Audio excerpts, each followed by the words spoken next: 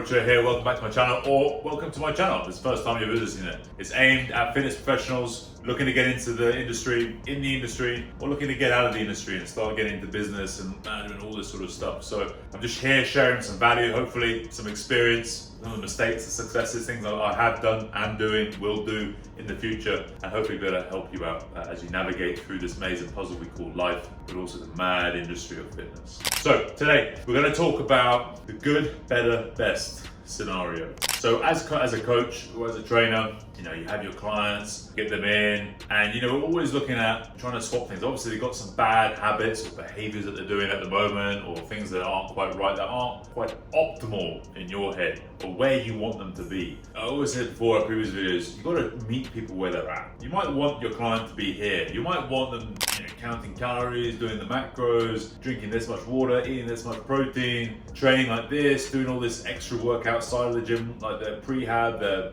mobility sessions, and walking this amount, blah, blah, blah. You might want all this. That's where you're like, look, if you want to get to the goal that you want to get to, this is where you want to be. This is what you got to be doing, because you know that from your experience. Fine. But they might be back here, they might be drinking zero, like a couple of glasses of water, like not even a liter of water, minimal protein, have no idea about calories or macros or anything like that. Like all these things, only walking 3,000 steps a day, this type of stuff. But what so many traders try and do is they just force it. Especially those of you who work in the body transformation business, in the short-term business. You just like, right, you're here, I want you here, and this is what you got to be doing. You either do it or you get out of here, basically. That's your limited, restricted view, which is fine. And people come to you, often you work in the places you advertise, you market, this is the expectation, so people expect that.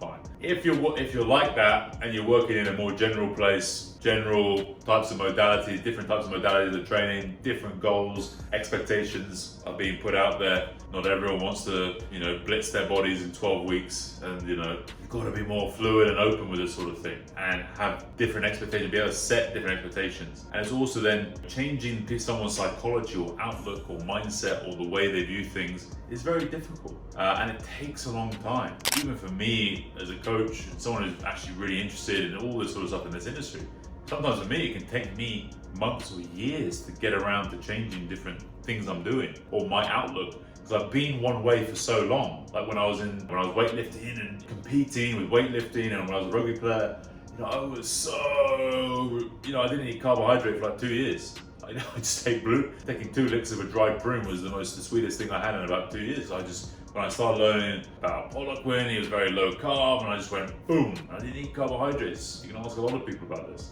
Then I realized that probably wasn't the right approach. But that's it. Year on year I change every year because I'm learning more. But again, it's going back to it can take you a long time to change, even you as someone who's really passionate. You think about someone who's not educated, maybe that interested in it, just kind of doing it maybe as a social thing or part of their lifestyle, it's going to take them a lot longer. So not only have you got the psychological element that you're battling as a coach to kind of rewire, retrain some of their habits and things that they do, their belief systems, all this type of stuff. But then, because sometimes you're fighting doctors. They all sometimes, my doctor told me that this or that, or I shouldn't do this, I shouldn't eat this, I shouldn't do saunas, or whatever it is. So you have to fight that as well. That can take time. That's not going to be an overnight thing. They'll not be like a robot. Okay, yeah, Adam, I'm going to just trust everything you say. Prove it. You have to show them. You have to gain their trust bit by bit. And that's the hard thing. It's the art form. It's you're trying to get a lot of quick results, build that trust of things that don't take are more long-term in their nature. And it's also the social side. You've got to understand where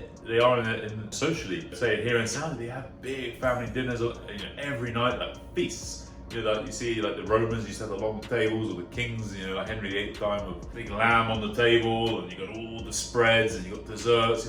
That's what it's like for some people every night. Some clients, they have like 2 or 3 dinners a night. They'll have a dinner with their family, they'll go out, have a business dinner, and then have something on later on. They sometimes have 3 dinners. I mean, how can you plan for that? You know what I mean? It's, this doesn't fit your macros, you got to have 3 meals a day and 2 snacks, and blah, blah, blah, blah, blah. Please. This is where I go back to being realistic. Meeting people where they're at. You want them here, but this process could take years with people. Even get halfway along, it might take a couple of years. So this is why I go back to the good, better, best. Because sometimes, as a coach, you're thinking like, right, we've got to make some simple swaps, some simple replacements of things, rather than eliminating things. Because if someone likes to eat desserts for instance, or they really like a packet of biscuits, or they like, having a chocolate bars or whatever it is. Let's look at things that we can go, or, we can try and replace that with. Here's a good option. And so we go from the good, better, best. We're not always just trying to go for optimal straight away. We're trying to optimize, biohack everything straight away. And we put some, things that is a very low barrier of entry, very easy things to swap in and substitute that they don't even realize. So like chocolate bars, why don't you just have a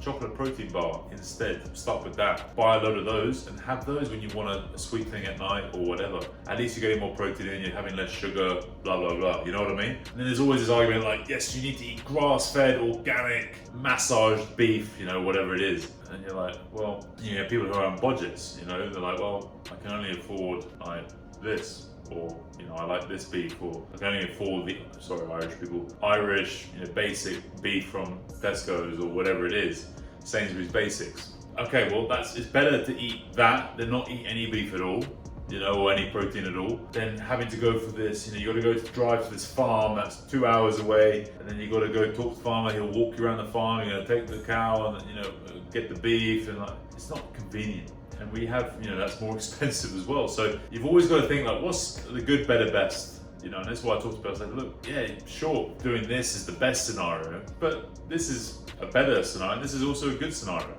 So if you only do the good, I'd rather you do the good scenario, good scenario, rather than not doing anything at all. And for me, my biggest mantra is always something is better than nothing. I'd rather do something towards where I want to go. Even just go to the gym for 5 minutes on days I don't feel like doing anything. I'd rather just do one stretch than do nothing. Or eat a little, eat this Sainsbury's Basics beef, for instance, minced, rather than the grass-fed, organic, super expensive thing. Because you're more likely to go for that if that's easier for you, you know what I mean, than the other way around. So don't always aim for optimal. It's also, mindset-wise, it's unrealistic, but also sets you up for failure all the time. Because then people feel like, well, if I can't do the best, then there's no point doing this. Yeah, no. You as a coach, you'll be like, no, honestly, you can do the good one, and you're still going to get good results. You're still going to get, things are still going to improve. You don't have to do the best thing or eat the best quality of meat straight away, or do the best, most optimal, individualized, specific type of training for you initially. Actually, just fucking do any type of program initially. You do it consistent enough for a long period of time, you're going to get results. And then you start to get more specific with the years go by. You don't have to go straight into all this individualized neurotyping or neurotransmitter style of workouts and blood type. Screw all that. Just train. Get moving, especially if you're just a you're just a general person, you're not looking for the top 1% of athletes, performance, and everything else. Don't forget about it. So look, I hope that gives you a little bit of awareness on this type of thing to watch out for with your clients, and also you as a coach, watch out for what you're saying to your clients. Are you expecting too much of them? Are you demanding too much of them too soon? Are you taking into factor the psychological and the social implications and the cultural implications of what you're dealing with? Have you bothered to study that and look into that? What are the cultural norms or the cultural things that they're doing, with the social things as well, with the psychological, their background, personal things going on. Take the time to study it and then start making these micro progressions and micro steps towards where you want them to get. You don't have to jump straight there. Yeah, you got to walk sometimes before you start jumping. Okay, hope you like that. Please like, subscribe, put the notifications bell on to hear my videos, 2 to 3 a week coming out. And good luck with everything and keep it going.